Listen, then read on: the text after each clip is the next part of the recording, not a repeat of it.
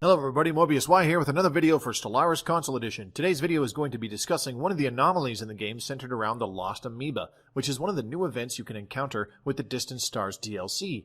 Before continuing with the video, if you'd like to see more Stellaris Console Edition content, please subscribe to the channel and click the bell icon to be notified when I upload a new video.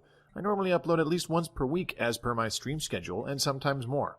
As mentioned, this event is available with the Distant Stars DLC, so if you do not have Distant Stars, my hope is videos like this convince you to purchase it for yourself to make your own Stellaris Console Edition experience that much more enjoyable. This video will also contain some mild spoilers, so please do be aware of that. Now, the Lost Amoeba event chain begins innocently enough with the Movement in the Clouds anomaly. One of your science ships will report that they have detected strange activity in the atmosphere of a gas giant, and they suspect it is from a spacefaring vessel. Upon completing the anomaly, this first event screen pops up with the surprising news that it wasn't a ship, it was in fact a young space amoeba. You have three options at this stage, with the first one causing the lost juvenile to begin following the science ship that completed the anomaly. This will cause you to unlock the It Followed Me Home achievement if you are playing an Iron Man game. The second option still causes the space amoeba to follow your science ship around, but you will not get the It Followed Me Home achievement. On top of that, the amoeba will eventually be lost and can no longer be located, but you do get some society technology as a reward. The third option creates a timed event to dissect the creature.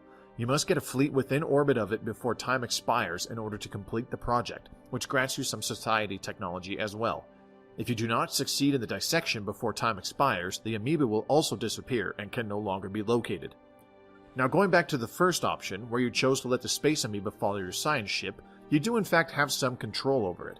By default, the amoeba keeps trying to follow the science ship that discovered it, but if you order the juvenile to follow, say, one of your military fleets, it will keep doing so until the next part of the event occurs in a few months, and you'll have a fleet protecting it for the time being. Roughly 1 year after discovering the space amoeba, it will have matured and become a fully fledged space amoeba. You'll get an alert informing you of its growth into maturity, and you're prompted with giving it a name. For the record, the only correct option here is to name it Bubbles. Any other option is wrong, and you are wrong if you think otherwise, and your empire will no longer want to be led by someone who is wrong. In maturity, the space amoeba is classified as a cruiser-level vessel and has a few hundred fleet power. You can definitely use it in combat situations, but it should never be out in the galaxy alone, and you should not expect it to survive every battle. Once you've appropriately named Bubbles, the long wait begins, a 100-year wait to be exact.